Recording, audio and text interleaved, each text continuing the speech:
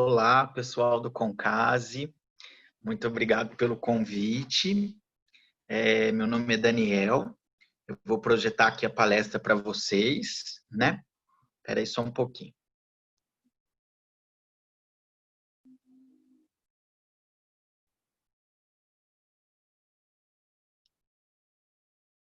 Então, a minha fala é sobre a importância das práticas integrativas na saúde, né?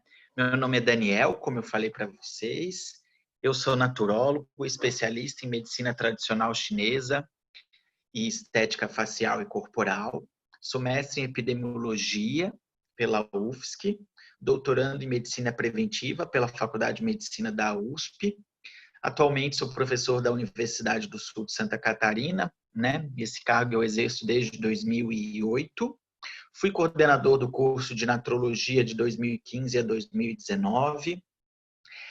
No âmbito político da profissão, atualmente eu sou diretor de Relações Institucionais da Sociedade Brasileira de Naturologia. Já fui presidente de 2014 a 2018. Estou como editor-chefe do periódico Caderno de Naturologia e Terapias Complementares e também como líder do grupo de pesquisa de Naturologia e Práticas Integrativas e Complementares no CNPq. Então, eu deixo aqui para vocês o meu Instagram e meu e-mail. Fiquem à vontade para mandar perguntas, o que vocês sentirem necessidade, né? Então, meu Instagram é Daniel Rodrigues Naturologia e meu e-mail é daniel@naturologia.org.br. Então, primeiramente, para falar da importância das práticas integrativas e complementares, vamos abordar um pouco os conceitos. O primeiro conceito que a gente deve abordar é como a Organização Mundial de Saúde denomina essas práticas. Ela define como medicina tradicional, né? Medicina tradicional seria aquele conhecimento que remete a uma tradição, né? Passada através da história, geralmente de forma oral. Isso é um conjunto de práticas, né, baseadas nessa cultura desse povo. Podemos dar o exemplo a medicina tradicional chinesa, medicina tradicional ayurvédica, né, que são milenares. Mas também podemos dar exemplo da medicina tradicional Unani, que é a nossa medicina tradicional do Ocidente, como também as medicinas tradicionais indígenas aqui da nossa América Latina. Por um tempo, a OMS chamou de medicina alternativa, né? Esse nome remete ao movimento contracultural que deu resgate e valorização dessas práticas, né? Remete também a uma luta, uma briga, né? É um termo que está em desuso e que não é mais utilizado, mas foi utilizado recentemente até pela Organização Mundial de Saúde. Mas é um conceito que ele remete muito assim, eu vou no meu homeopata e eu não, como uma alternativa à medicina, né? Então, hoje o que a gente tem é um conceito direcionando para o complementar e o integrativo. O complementar seria quando usa como um complemento, né? Então, eu estou lá fazendo a quimioterapia, a radioterapia, e eu faço uma acupuntura complementar para, por exemplo, prevenir os efeitos colaterais da quimioterapia. Ou também o nome que está mais em voga, mais atual, é o integrativo, que eu utilizo integrado no meu sistema. Então, às vezes, eu tenho um profissional que ele é integrativo, então a prática é integrativa nele, ele usa o modelo hegemônico, né? Por exemplo, o médico ele exerce a medicina hegemônica, mas também é acupunturista. Então, dentro dele já é integrativo essa prática. Ou dentro do sistema. A gente pode ter uma clínica com um profissional de saúde alopático, vamos dizer assim, e também esse mesmo cliente, esse paciente ou usuário, ou a naturologia denomina de interagente, passa por outro profissional e utiliza isso de uma forma integrativa.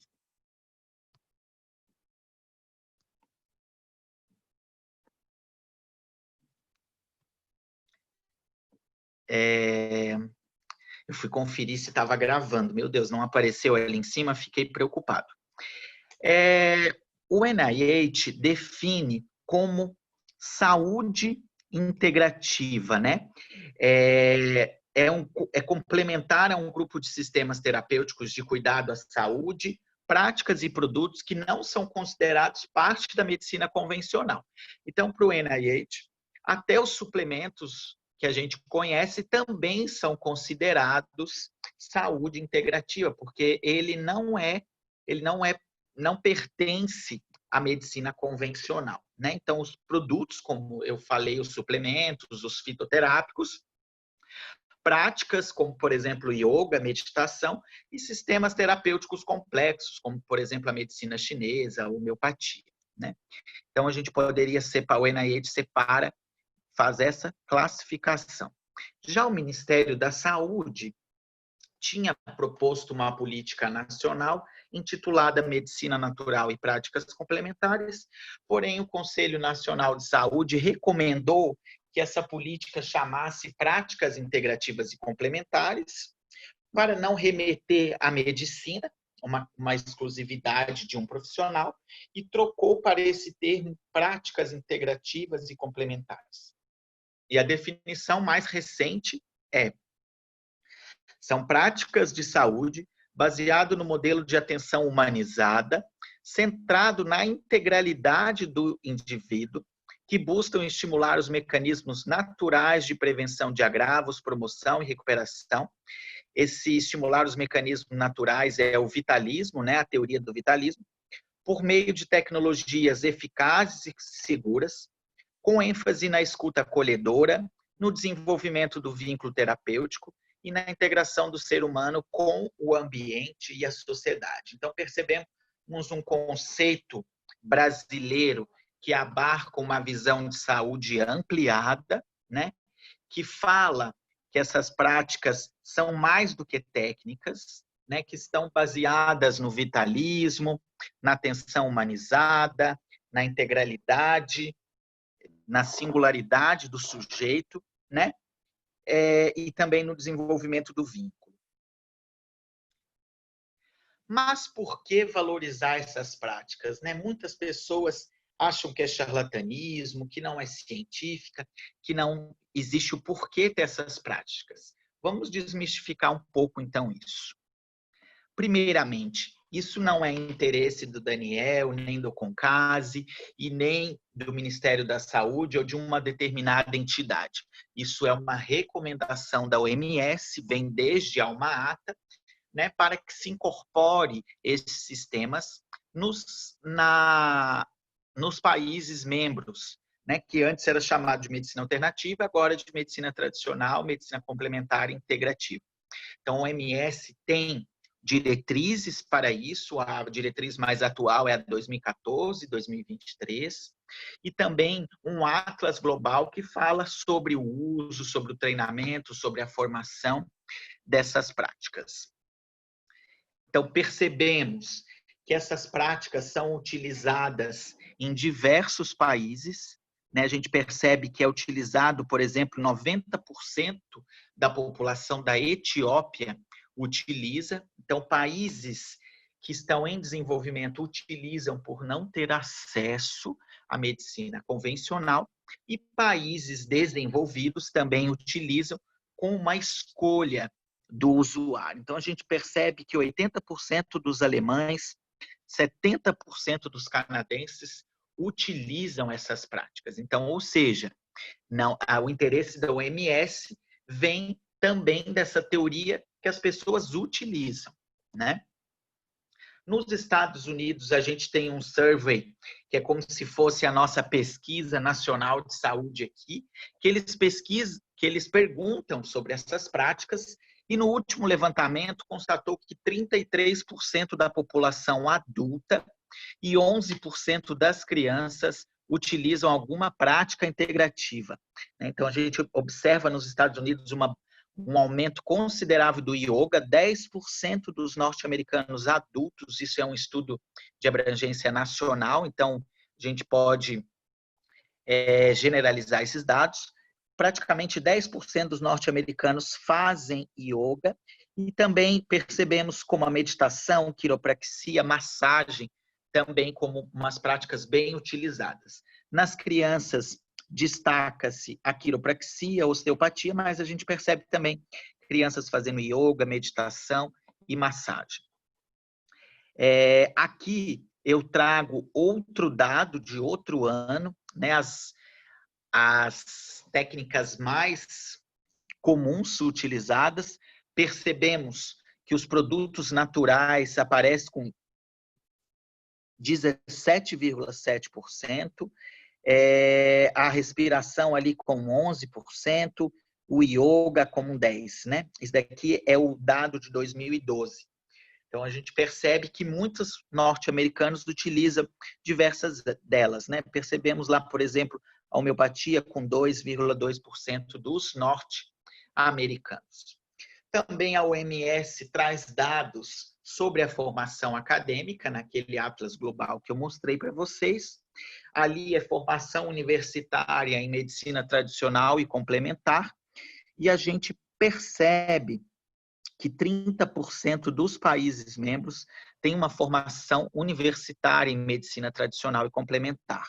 Aqui no Brasil, a gente pode ilustrar, nós temos graduação em naturologia, que lá fora seria o naturopata, ou medicina naturopática, ou naturopathic doctor, como é chamado nos Estados Unidos. E também temos faculdade, ensino superior de quiropraxia. Mas a gente observa outros países que têm formação superior de Ayurveda, de yoga, de medicina tradicional Unani, dentre outras. De medicina tradicional chinesa, como na China, por exemplo. Então, a OMS faz diretrizes de formação para essas práticas, ou seja, para fundamentar o que é mínimo para os países seguirem, e a gente tem diretriz para diversas dessas práticas. Aqui eu trago para ilustrar o da naturopatia, do Tuiná, que é uma técnica de massagem, a medicina tradicional chinesa e o Ayurveda. Sobre a regulamentação, a gente percebe que a maioria dos países não tem regulamentação para os profissionais, né? Então, no Brasil, por exemplo, a gente não tem uma regulamentação desses profissionais dessas práticas. O que acontece é os conselhos profissionais que reconhecem algumas dessas práticas como especialidade dos seus respectivos conselhos, tá? Outro aspecto importante que nós temos que levar em consideração são os aspectos econômicos. A gente observa aqui nesse gráfico que os Estados Unidos, o norte-americano, investe bastante com essas práticas. Então, aqui a gente tem 34 bilhões no ano de 2007, foi desembolsado com essas práticas. Então, percebam,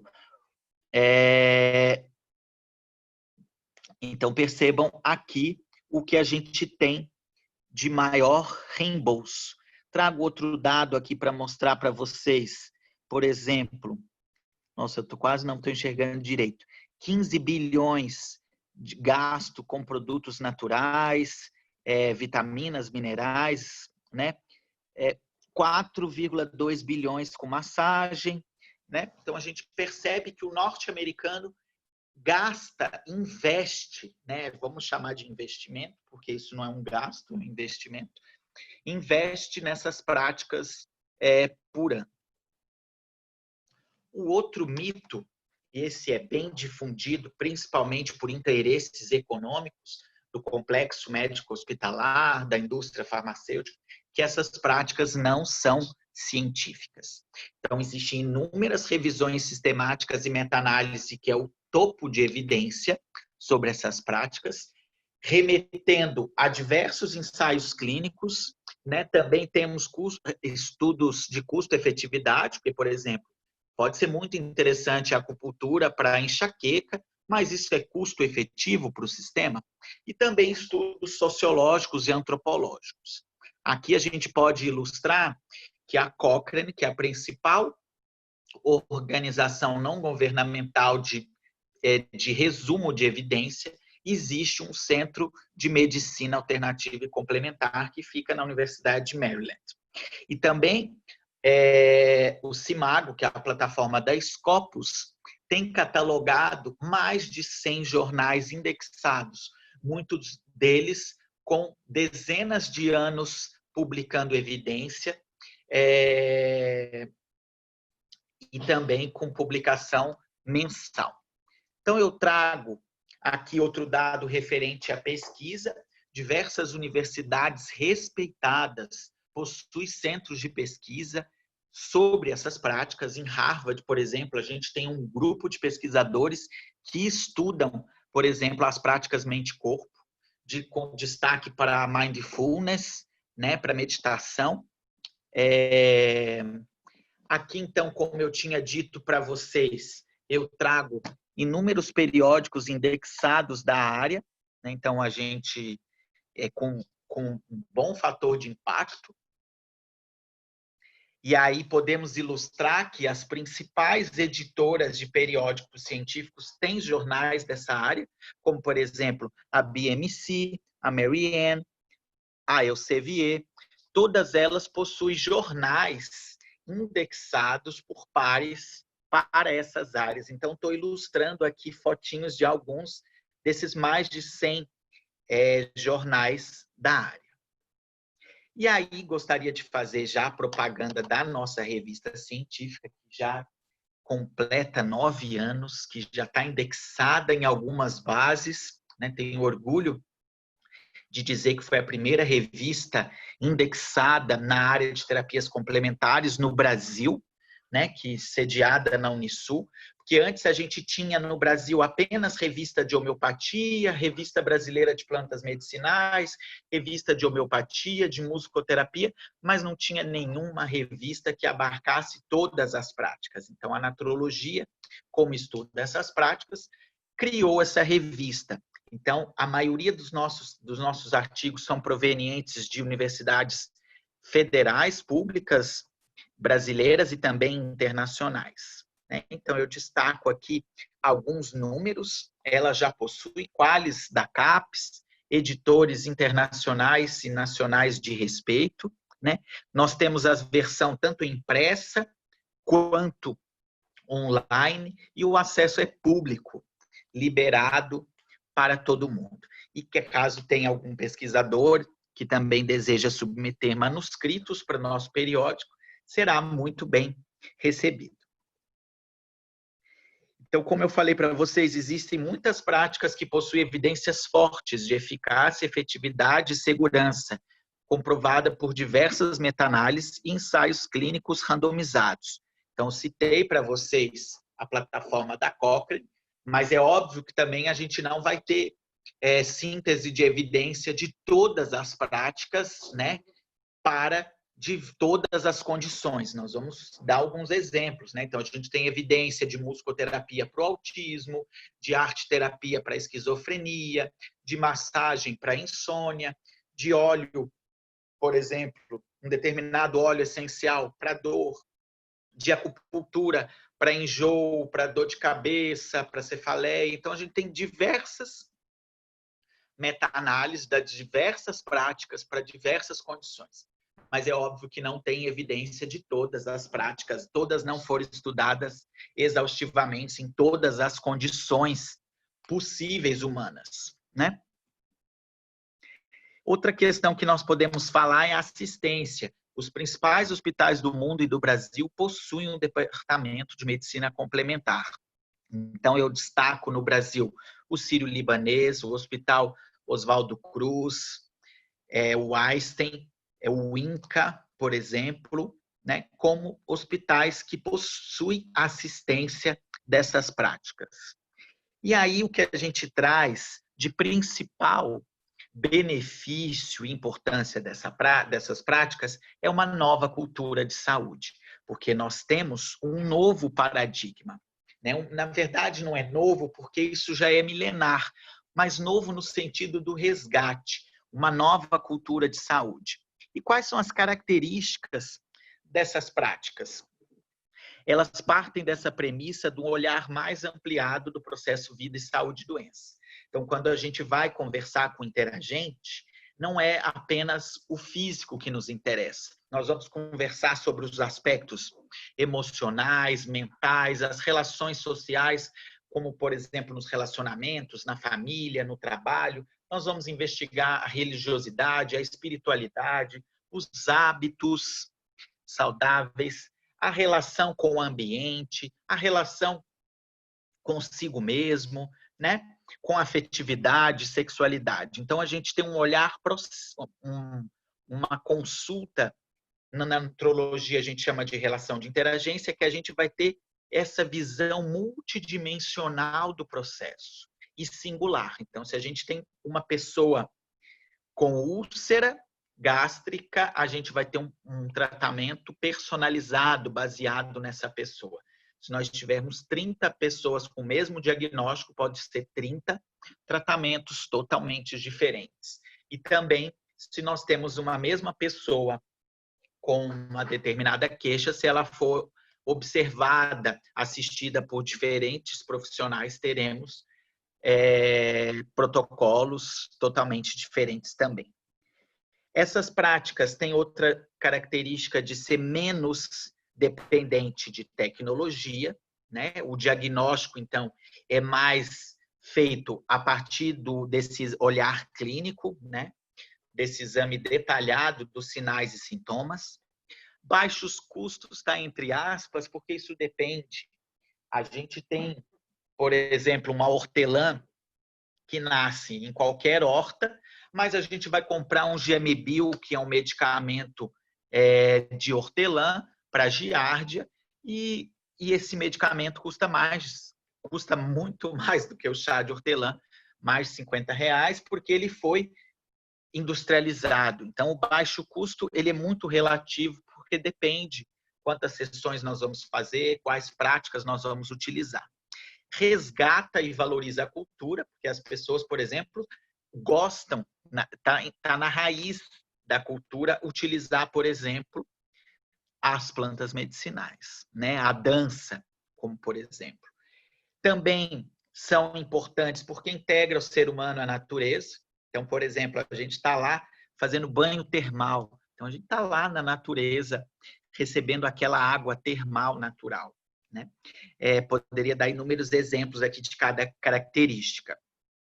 A doença é sempre encarada como multifatorial e multicausal. Então, por exemplo, uma dor de garganta, ela não vai ser só olhado a relação, não vai ser só analisado a questão do vírus, da bactéria ou de outra causa. A gente vai olhar para todo o processo. Como é que está a energia vital dessa pessoa, a alimentação, o aspecto emocional.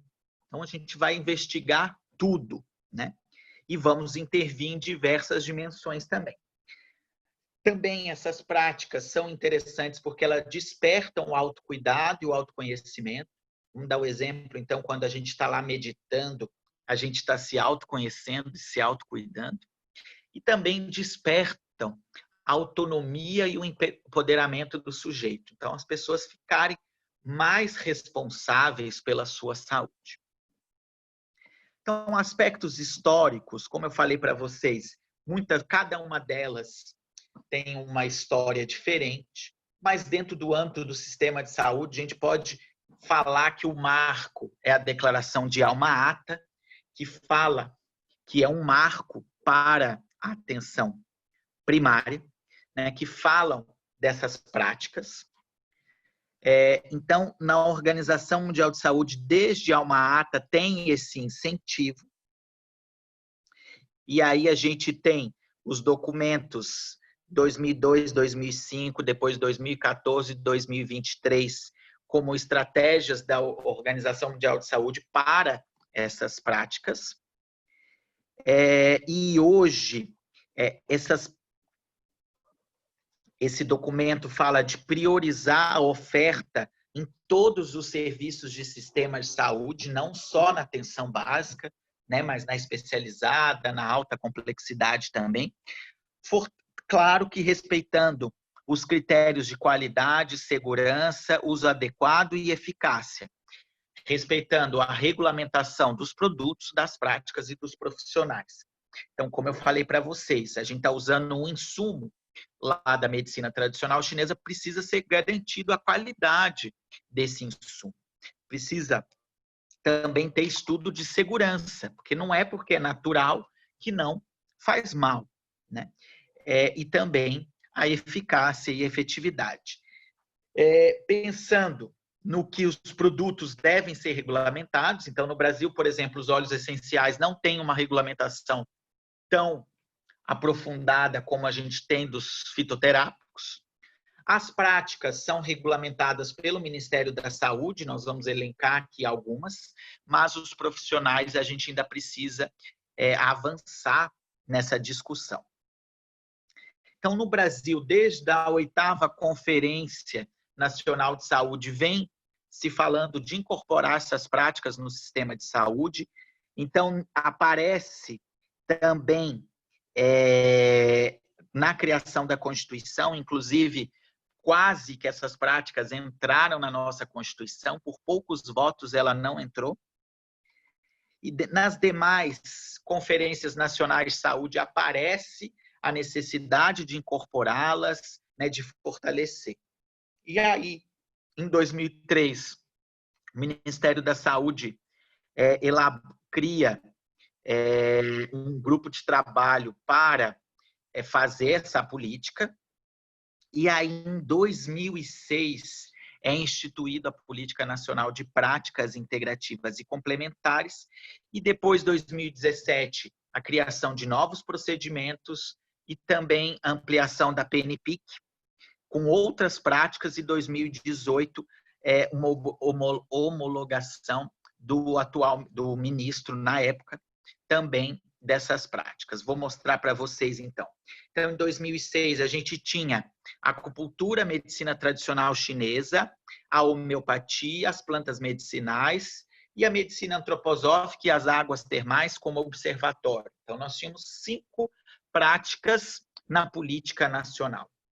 Depois, em 2017, aumentou, né, no ministro Ricardo Barros, ampliou a portaria para arte terapia, ayurveda, biodança, dança circular, meditação, musicoterapia, naturopatia, osteopatia, quiropraxia, reflexoterapia, reiki, Shantala, terapia comunitária e yoga. Então, percebo que no Brasil é um universo, né? São coisas muito diferentes. A quiropraxia é uma faculdade, a naturopatia ou naturologia é outra faculdade, o Ayurveda é uma faculdade na Índia, né? Então percebam que são coisas muito diferentes.